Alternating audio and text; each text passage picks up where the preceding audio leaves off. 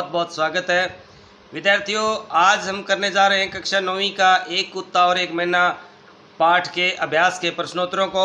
इससे पहले वाले वीडियो में हमने इस लेसन को पढ़ा था। यदि आपने अच्छी तरह से पढ़ा है तो समझ में भी आ गया होगा।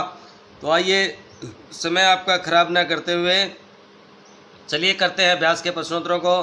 गुरुदेव ने शांति निकेतन को छोड़ करके कहीं और रहने का मन क्यों बनाया?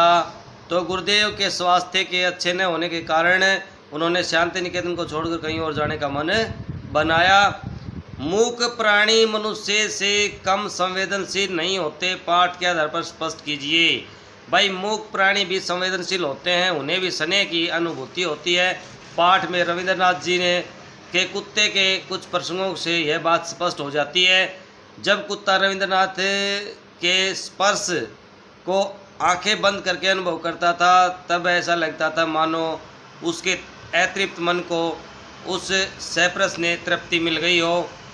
रविंद्रनाथ की मृत्यु पर उनके चिता भस्म के कलश के सामने वह चुपचाप बैठा रहा और अन्य आश्रमवासियों के साथ गंभीर भाव से उत्तरायण तक गया। अगला प्रश्न है भाई, गुरुदेव द्वारा मैना को लक्ष्य करके लिखी कविता के मर्म को लेखक कब समझ पाया? गुरुदेव द्वारा मैना को लक्ष्य करके लिखी गई कविता का मर्म लेखक को तब समझ में आया जब रविंद्रनाथ के कहने पर उन्होंने मैना को ध्यानपूर्वक देखा। तब उन्हें मैना की करुण दशा समझ में आई या ज्ञात हुई। भाई, प्रस्तुत पाठ एक निबंध है।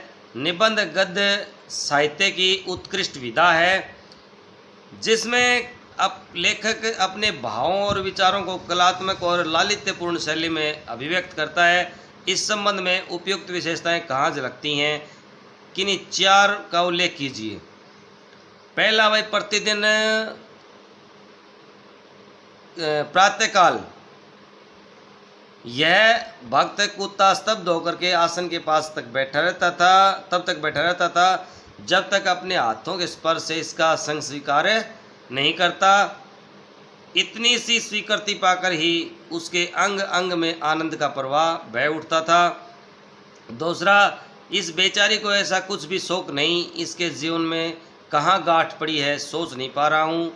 उसमें भी न जाने किस सहज बोध के बल पर वह कुत्ता आश्रम के द्वार तक आया और चिताभस्म के साथ गंभीर भाव में उत्तरायण तक गया। अगला, रोज फुदकती है ठीक यहीं आकर के मुझे इसकी चाल में एक करुण भाव दिखाई देता है। अगला जो प्रश्न है भाई, वो है पशु पक्षियों से प्रेम इस पाठ की मूल संवेदना है। अपने अनुभव के आधार पर ऐसे किसी प्रसंग से जुड़ी रोचक घटनाओं को कलात्मक शैली में लिखिए। तो और कोई घटना है आपके पास तो लिखिए, तो छोड़ देना इस प्रश्न को। अगला, यहाँ से स्पष्ट कीजिए। इस प्रकार कवि की मर्म भेदी दृष्टि इस भाषाहीन प्राणी की करुण दृष्टि के भीतर उस विशाल मानव सत्य को देखा है जो मनुष्य के अंदर भी नहीं देख पाता है। तो भाई, ऐसा देखा गया कि आज समय के बदलते रूप के साथ मनुष्य के विचारों में भी बदलाव आया है। आज का मनुष्य पहले की अपेक्षा अधिक आत्म केंद्रित हो गया है।